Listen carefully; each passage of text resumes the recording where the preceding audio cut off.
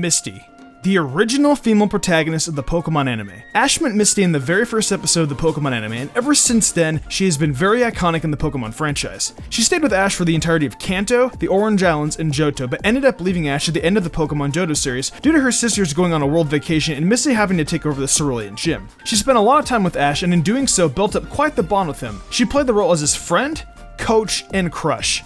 Come on, you can't tell me Misty didn't have feelings for Ash. It's so obvious she did. She was so heartbroken after she had to leave. The scene even made me tear up a bit as a kid. Despite her not being Ash's companion anymore, she still makes appearances from time to time, like in the Battle Frontier and in the Sun and Moon anime where Ash goes to Kanto for a short visit. So she still pops up in the anime. I feel a lot of newer Pokemon anime viewers, though, just pan her off as the old companion of Ash. To an older fan like me, she played a lot more of an impact than that, so it always made me think as to what would have happened if she would have stayed after Johto. Well, today, I think I have that answer for if she did stay after Johto. So what we first know about Misty is that she had to leave Ash after Johto due to her sisters winning a world vacation. Her sisters Daisy, Violet, and Lily wanted to go on vacation and decided to not bring Misty along with them. Then they pretty much forced her into looking after the gym while they were gone. With a lot of hesitation, Misty still agrees to do it even if it does mean leaving Ash. That's pretty much the sum of what happens in the anime. Let's go reverse that and instead make Misty keep her same nature towards the situation, but create a little spice with her sisters.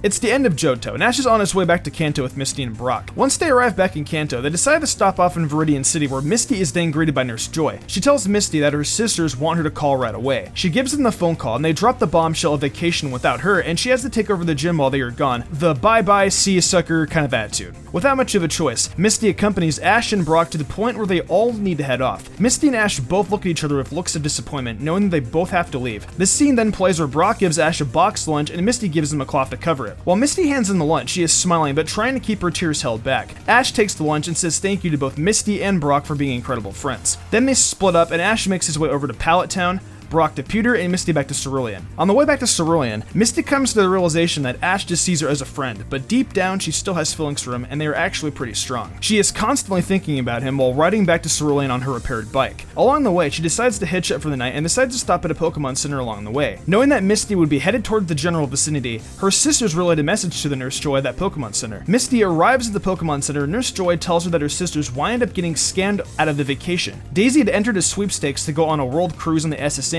but what she didn't know was that the SSN had actually crashed and sunk a long time ago. Ironically enough, Misty was on the SSN and Daisy recalls hearing about it after realizing she was scammed out of her vacation. Misty, upon hearing about the news, gets the approval that she doesn't have to come back to the gym. She is very happy of the change news and immediately knows what she wants to do. She wants to resume traveling with Ash wherever he decides to go next. Misty then comes up with the idea to surprise Ash, so she calls Mrs. Ketchum and they plan for Misty to make a surprise appearance. Delia has Ash run some errands and then Misty would be inside having lunch with Mrs. Ketchum.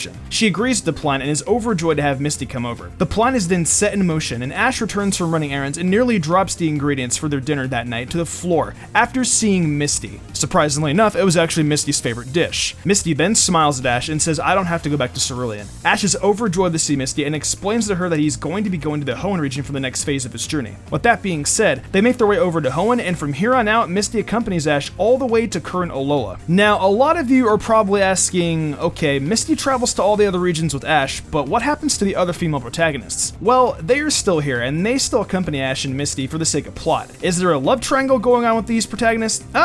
Kinda. May is mainly focused on her dream of being a coordinator and has more interest in Drew. She kind of had feelings for Ash in the beginning because of how he treated his Pokemon, but then she saw Ash get hurt and saw how Misty cared for him, so she backed away and smiled because she didn't want to intrude. Dawn was kind of similar to May, but has more interest in Kenny. Dawn and Ash had a very good friendship though, a lot deeper than his and May's. Dawn still trained Ash's Pikachu and his other Pokemon with the contest techniques that he used in battles, especially against Rourke. In their developing friendship though, she did have feelings for him, but she saw that Misty and Ash were just naturally closer, so she just backed away. Regardless though, Ash was still super supportive of May and Dawn in their contests. Misty even had really good friendships with both Dawn and May, as Misty gave them both advice when it came to training their Pokemon. Misty also adored the living crap out of Dawn's Piplup heavily, and Piplup adored Misty as well. They had a similar bond like Misty and Pikachu. So there was a bit of a love triangle going on, but it wasn't too deep because Dawn eventually found more interest in Kenny, and May had more interest in Drew. The story definitely deepens, and the bond between Misty and Ash does increase. Ash still sees Misty as a friend, but he's starting to develop similar feelings. Ash takes a long time time to develop feelings for her, but they are still coming along pretty well. It takes him a bit longer because he is primarily focused on his Pokemon journey and goal of becoming a Pokemon master. Ash and Misty then make their way over to the Unova region. Iris has no real interest in Ash as she is too focused on becoming a Dragon Master. She always gives Ash a hard time for being a little kid, and sometimes even for the decisions he makes. Misty sometimes will get angry with Iris because of how she would treat Ash, and she would explain to him about his past gym battles, league battles, etc. So there was no real interest, and the two protagonists didn't really get along that well. But eventually they warmed up to each other and became friends. Not as close as May and Dawn, but they were friends. The black and white anime is stale, so there is really no spice to show here. Kalos, however?